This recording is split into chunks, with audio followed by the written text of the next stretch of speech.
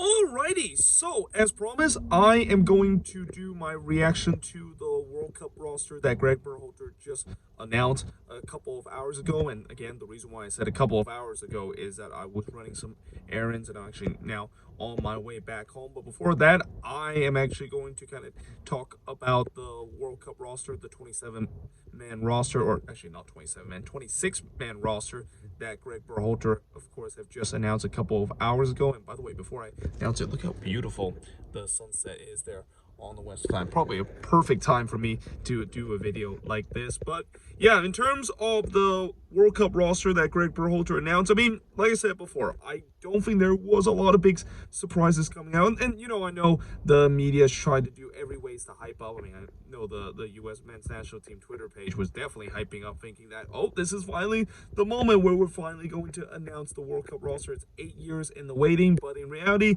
I don't think a lot of people are very hyped up about that, especially the fact that we definitely had some leaks coming in the days before today when they officially announced the roster. And I gotta say, you know, some of the leaks that they made, you know, some of them they got it right, and some of them they actually didn't do it correctly in terms of players that were leaked to be on the U.S. men's national team roster, and it turns out on the final roster they were actually left out of it. And of course, like I said, you know, even though there wasn't a lot of surprises, there were definitely some that, you know, some players that maybe they probably could have been on the roster and they kind of got snubbed, and we're definitely going to be talking about some of those players that of course got snubbed. But we started with the goalkeeping position, and you got Ethan Horvath, Sean Johnson, and Matt Turner, and instantly the biggest snub out of that goalkeeping spot is Zach Steffen. Now, originally, I actually take a look to see whether or not exactly if Zach Steffen was actually injured, and that's why he wasn't able to be part of this team. But no, I don't think he's actually injured, and that,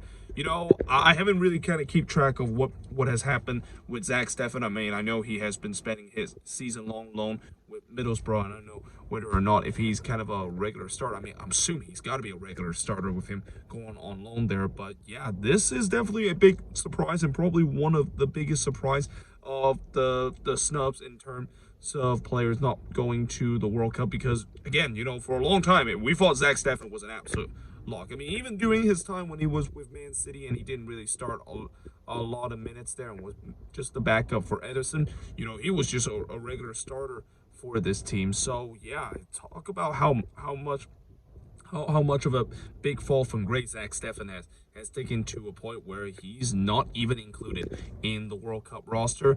And that, you know, how before we had that discussion, is it going to be Matt Turner or is it going to be Zach Steffen that's going to be the starting goalkeeper? Well, now it looks like the discussion is going to be, is it going to be Matt Turner or Sean Johnson? And also, no disrespect to Ethan Horvath, but, you know, as much as Ethan Horvath, I think he kind of deserves it, because you always remember as a cult hero for what he did in the Nations League game against Mexico a couple of years ago.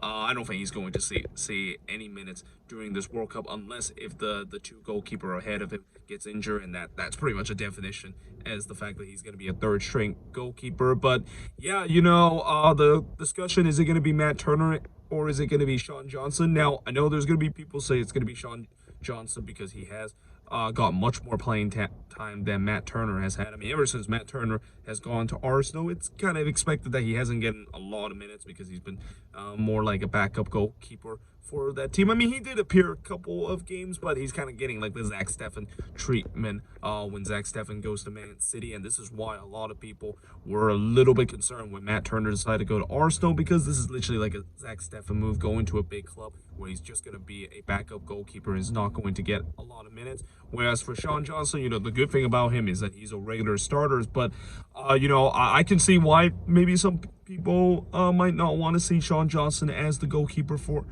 this team heading into the World Cup. I mean, I thought he was kind of shaky during the latter part of the season, especially in the playoffs, of how many times I mentioned that he gave up a couple of bad goals, and that, yeah, if you're going to be a regular starter and you're going to be the guy that's going to be the starting goalkeeper for the U.S. men's national team in the World Cup, you cannot have those kind of moments. So yeah, it's going to be a big question to see. Is it going to be Matt Turner or is it going to be Sean Johnson in that spot? Now in the defense, we got Cameron Carter-Vickers, Serginho Dest, Aaron Long, Shaq Moore, Tim Ream, Anthony Robinson, Joe Scally, DeAndre Yedlin, and Walker Zimmerman. And again, not really much players on that list I can say that were kind of a snub. I mean, some people are asking, well, what happened to Chris Richard? Well, Chris Richard wasn't able to be included into this roster because, of course, he suffered an injury. And again, because this World Cup is taking place at a very unusual time in terms of the European calendar, yeah, you're gonna see guys that, of course, are currently injured because they're still playing for their team since it's like the beginning of the season, and there's definitely that high risk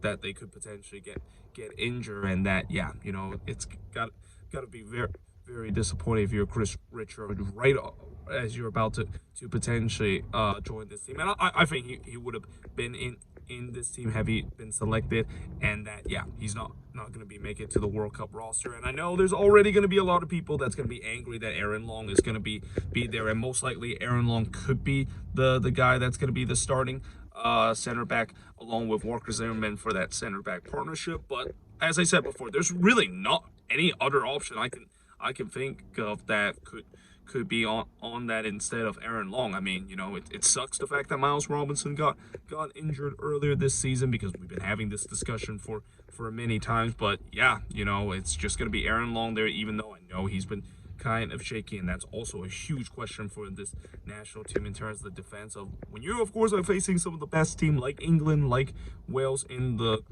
group stage. And even if the U.S. does make it to the knockout stage, and if they do face a very good team, that back line is going to be really be tested, and that's where the nervousness could come in terms of the fact that, again, they're very unhappy the fact that if it's going to be an Aaron Long and Walker Zimmerman partnership, then yeah, this is going to be kind of interesting. Now, in terms of the fullback position, I'm assuming Serginho Dest is going to get one of the fullback role. Now, in terms of the other fullback row, I mean, it's probably going to be Anthony Robinson in there. I was surprised that he actually made it to the roster, because wasn't he injured for a bit? But I think he maybe made a good enough recovery to get back into the roster. Now in the midfield, we got Brendan Aronson, Kellen Acosta, Tyler Adams, Luca De La Torre, Weston McKennie, Yunus Musa, and Christian Rodin. Again, there's not really a lot of players you can say on that list are kind of considered a snub, although I know there's a lot of people are not happy that Christian Rodin got included into this list. Many people think that Christian Rodin is not good enough into this roster. And again, I feel like, as much as, yes, in terms of quality wise, I think it's kind of a bit of a head scratcher that he got into this, but I think it was never about the quality of him being in this World Cup roster. The reason why I think Rodin got into this is because he does bring leadership to this team, especially a locker room presence, and that's something you need to have in the World Cup. Like, in the World Cup, you're going to have some good moments and you're going to have some bad moments, and you need that kind of leader in the locker room that can get the team going. And we've seen it many times before. When Christian Rodin is with the Sounders, he's a guy that can bring that leadership to that Sounders locker room, and I think he's going to do the same thing with this U.S. men's national team. And also, not to mention, Gregg Berhalter, he seems to love to pick him in that spot. So yeah, I think even though, as much as I know a lot of people are not happy about it, I think in the end it's the right call to of course bring him along, even though most likely he's not going to be starting minutes. He's going to almost act like an assistant coach in some way, where he's going to try to gather the team and trying to get them hyped up, and also get ready to focus for these three group stage game. Now, I think there's another player that I will say that in the midfield that maybe is missing, and that he definitely could have been on the roster if he was on there, is going to be Paul Arriola. Arriola has always been another guy that's been a favorite in terms of Gregg Berhalter's team, but I believe Paul Arriola is actually injured, and that, yeah, again, this is why, as we approach the World Cup, a lot of these players that are having their chances of making the World Cup, they're just praying that they don't get injured, because if they get injured, then yeah, there goes their play or their not playoff hope chance, but their World Cup chance. And unfortunately, Paul Arriola falls in that category of him definitely being in the roster, but just got injured in the wrong time and now aren't able to make it to the World Cup. And then we get to the forward group, and this is where the big discussion and I think in terms of big discussion, when you look at all four of the position, I mean, you could say the goalkeeping and defense gets most of the discussion, and the midfield isn't really they don't get as much discussion, but especially in the forward group. And then, of course, as we all know, the number 9 position that's been an ongoing discussion for the past couple of years for this U.S. men's national team. And again, when you look at the forward group, we got Jesus Ferreira, Jordan Morris, Christian Pulisic, Gio Reyna, Josh Sargent, Tim Way, and Haji Wright. And instantly, I know there's been a lot of people that's questioned, well, where's Ricardo Pepi? Why is he not in this roster? And then there's also even some people say, well, what about Jordan Pefok? Why is he not in this roster over Haji Wright? Now, I think as I look at some of the stats number, I think Haji Wright technically have a better stats than what Jordan Pefok is, but Jordan Pefok has done so well with Union Berlin this season, and that there's even multiple articles saying that he could be a guy that's gonna be a difference maker for the World Cup. But at the same time, I think there's also some that said that maybe Haji Wright, even though some people don't like the fact that he got it over Jordan Pefok, he's the guy that can definitely bring some energy off the bench, and he might be a guy that could come off the bench and bring that presence going for on the attacking end. But going back to what I said about the number 9 position, again, Ricardo Pepi not including this, that's definitely a bit questionable, and especially, I think most likely it's going to be Jesus Ferreira that leads the line, unless maybe Josh Sargent will do that. I mean, Josh Sargent, you gotta give credit to him. I mean, this guy, he looked like he was rolled off during the World Cup qualifying stage, but I think he's done much better doing this season with Norwich City, and he's been getting more recognition, and to a point where he has now got himself back into the conversation. But obviously, like many people have said, is that good enough for this team in terms of finding the goals? Because for a long time, that's been the big question with this team. Where is the goals going to come from, especially in that number 9 position? And knowing the fact that Jesus Ferreira has really struggled down the stretch, again, that's why there's that discussion of maybe they should have put Ricardo Pepi in there instead of Jesus Ferreira, as crazy as that might sound, because for a while it looked like Jesus Ferreira wasn't absolute lock. But Jesus Ferreira has not done much for FC Dallas, especially down the stretch. And again, in those big games like this, and especially with the U.S. playing in these big games in the knockout, or not knockout stage, but in the group stage, you need to have your best player to perform. And the fact that Jesus Ferreira did not do that down the stretch, that's where the big question mark is going to be. But either way, again, where is the goals going to come from? And then you just wonder, is this team going to have to rely on goals that has come from besides the number 9 position? I mean, I feel like it might be, because we've seen this before where we need those wingers and we need those attacking mid to score the goals, because going forward up front,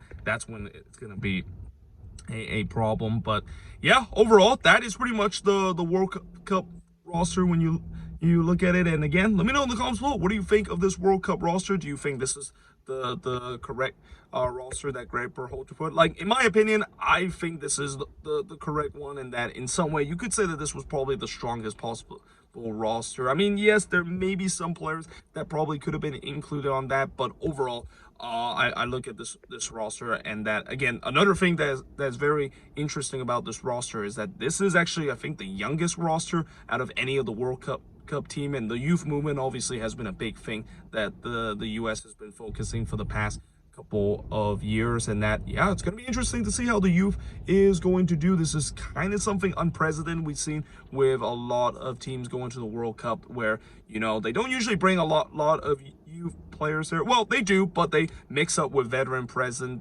that will be there, and that with just so many young players on this team and not really a lot of veteran presence, it's going to be interesting to see how this team is going to go. But either way, let me know in the comments below, what do you think of this World Cup roster announcement? And yeah, hope you guys enjoyed this video. If you do, make sure you guys leave a like, smash the subscribe button, and yeah, I of course will see you guys next time.